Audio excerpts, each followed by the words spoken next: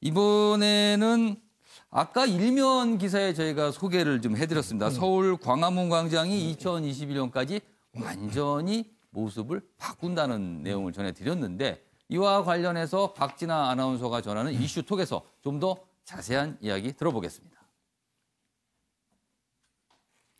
서울시가 광화문 광장을 더 크게 만들기로 했습니다. 2021년까지 보행자 중심의 열린 공간으로 탈바꿈할 거라는데요. 박원순 서울시장이 어제 서울시청에서 새로운 광화문 광장 국제설계 공모 당선작을 소개했습니다. 박 시장의 발언 함께 듣고 오시죠. 다양한 사람들의 생각이 모이는 대표 공간으로 조성하겠습니다. 자연과 도시를 아우르며 과거와 미래를 잇는 한국적 경관으로 만들겠습니다. 그렇다면 새로운 광화문 광장은 어떻게 달라지는 걸까요? 첫째, 광장의 규모가 커집니다. 지금보다 3.7배 확대되는데요. 현재 광장은 10차선 도로에 둘러싸여서 고립된 섬처럼 있습니다. 여기에 서쪽과 북쪽 도로를 편입시켜서 광장이 더 넓어지는데요. 걸어 다닐 수 있도록 해서 보행자들에게 더 친화적인 구조로 바뀝니다. 둘째, 지하에 수도권 광역급행철도 GTX-A 노선의 광화문역이 신설됩니다. 지하철역 5개 노선을 갈아탈 수 있어서 초대형 복합 역사가 들어서는 거죠. 셋째, 지상 광장 바닥에 촛불 집회 이미지를 재해석한 다양한 모양과 크기의 문양이 적용되는데요. 공모 당선인이 현대사 의미를 담고자 한 노력을 한 거라고 합니다.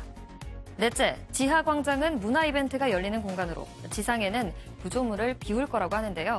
특히 이순신 장군상과 세종대왕상을 다른 곳으로 옮겨서 경복궁과 북악산 전경을 막힘없이 볼 수 있게 할 예정이라고 합니다. 이 동상들이 광화문 광장의 상징이었기 때문에 충분한 논의를 거쳐서 동상 이전을 결정할 거라고 합니다. 광화문 재구조를 하는 사업에는 총 1,040억 원이 투여되고요. 2021년 5월까지 공사를 마무리할 예정입니다. 앞으로 동상 이전 여부를 포함해서 광장 확장에 따른 교통 불편이 논란이 될 수 있기 때문에 해결돼야 할 난제가 적지 않아 보입니다. 지금까지 박진아의 이슈톡이었습니다. 네. 관련 기사 좀 이어가 보겠습니다. 경향신문인데요. 일단 남은 과제들이라고 하면서 3가지 내용을 좀 다루고 있습니다. 첫 번째가 세종율곡로가 차선이 줄어들게 됩니다. 여기 지도에 보시면요. 일단 차선이 좁아지고요. 광화문 앞을 지나는 도로는 없어지게 되거든요.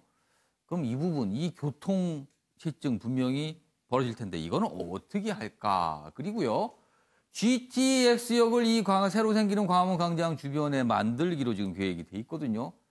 그러나 이 역 하나 만드는 게 이게 보통 돈이 들어가는 게 아닙니다. 그 부분은 과연 이 공사비 어떻게 할 것인가? 이 부분도 좀 논란이 될 듯 하고요. 그리고요. 동상 이전 문제가 있습니다. 지금 광화문에는 이순신 장군 동상과 세종대왕 동상 2개가 있죠. 근데 이거를 인근으로 옆으로 이전을 시키는 부분이 있습니다. 이 부분이 어제 박원순 시장도 여러 가지 의견을 좀 수렴해서 결정해 보겠다라고 얘기를 했습니다. 그러나 논란이 될 듯합니다. 나머지 부분은 전문가들 영역인 것 같습니다. 여기는 이 차선과 그다음에 GTX 신설 비용. 그래서 그쪽에 넘기기로 하고요. 마지막 3번째 부분, 동상 부분. 특히 이순신 장군 동상 이런 부분에 대해서는 좀 보수적인 생각을 가진 국민들은 의견이 많이 다를 수도 있을 것 같습니다. 그래서 이 부분도 어제 박원순 시장을 좀 의식한 듯한 발언이 있었거든요. 먼저 이경환 변호사, 이거 어떻게 보세요? 이 부분. 예, 뭐 당연히 그 광화문 거리, 예. 그 나라를 간다 하더라도 어떤 이정표 같은 거리가 있거든요. 예. 그래서 역사의 길이 남을 그런 거리를 만들어 주길 바랍니다. 그런데 과연 역사의 길이 남을 거리를 만드는데 예. 어떻게 만들 거냐 부분에 문제는 있을 수 예. 있습니다. 예. 뭐 역사에 남을 거리는 바로 역사가 말을 하는 것이거든요. 역사는 그대로 있을 때 예. 좋은 것인데 예. 예를 들어서 왜 관광객들이 저런 곳을 많이 안 가고 인사동을 많이 가느냐. 오히려 그런데 옛날 것을 보고 싶어 하는 것이죠. 저는 그렇다고 해서 옛날 그대로 유지하는 뜻은 아닙니다. 예. 다만 그렇게 전통을 보존하고 왜 진짜 대한민국이 무엇인지를 알 수 있는 그런 것을 보존시켜줘야 되는데 예. 만약에 어떤 새로운 것만을 추구한다고 하면서 예. 과거의 것을 다 없앤다고 한다면 예. 본인의 의사와 무관하게 예. 잘못될 가능성이 있다는 이야기죠. 예. 그런 차원에서 본다면 이순신 동상이나 세종대왕 동상 뭐 다시 검토를 해보겠다고 하니 예. 거기에 따라 결과에 따라 나오겠지만 예. 그것을 있는 그 자리에 두고 살리고 저런 어떤 컨셉을 잡을 수 있지 않는가 라는 차원에서 본다면 그런 것도 한번 충분히 고려해 볼 만하다. 그리고 혹시나 박원순 시장이 예. 저는 저것을 성공하려고 한다면 예. 진짜 손혜원 의원 얘기했었지만 예. 무슨 운동 같은 건데 사리사욕을 버리면 저는 성공한다 봅니다. 그리고 사리사욕 없겠지만 예. 어떤 사리사욕이라든지 혹은 또 이념적 편향성을 느낄 수 있는 그런 것들을 다 없애고 오로지 국면을 보고 나 국가만을 위해서 저걸 만든다면 저는 성공할 수 있을 거라고 혹시 보입니다. 이념적 편향성은 촛불 뭐 문양을 바닥에 좀 형성한다 이런 부분을 생각하신 건가요? 그렇습니다. 무슨 뜻이냐면 그 부분들에 대해서는 논란의 여지가 있을 수는 있거든요. 그래서 그런 부분에 대해서 국민적 공감대를 충분히 형성한 다음에 예. 그분들을 만드는 것이 맞지 일방적인 어떤 본인들의 사고를 예. 관철하기 위해서 어떤 만드는 것이라면 과연 그것이 진짜 역사의 길이 남을 거리가 될 수 있느냐 저는 달리 볼 수 있을 거라고 보입니다. 양지열 변호사는 어떻게 생각하십니까?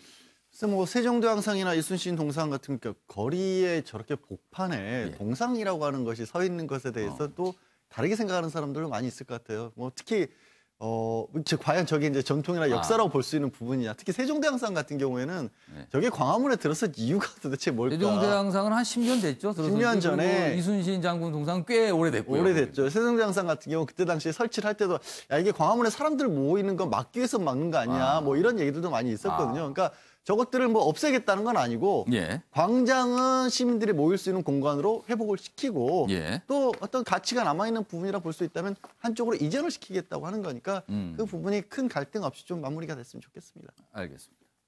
아무튼 뭐 진행은 될 텐데요. 이런 부분 굉장히 어떻게 보면 작은 부분일 수도 있고요. 어떻게 보면 굉장히 또 관심을 가는 부분일 수도 있어서 이 부분도 논의가 좀 이뤄질 듯합니다.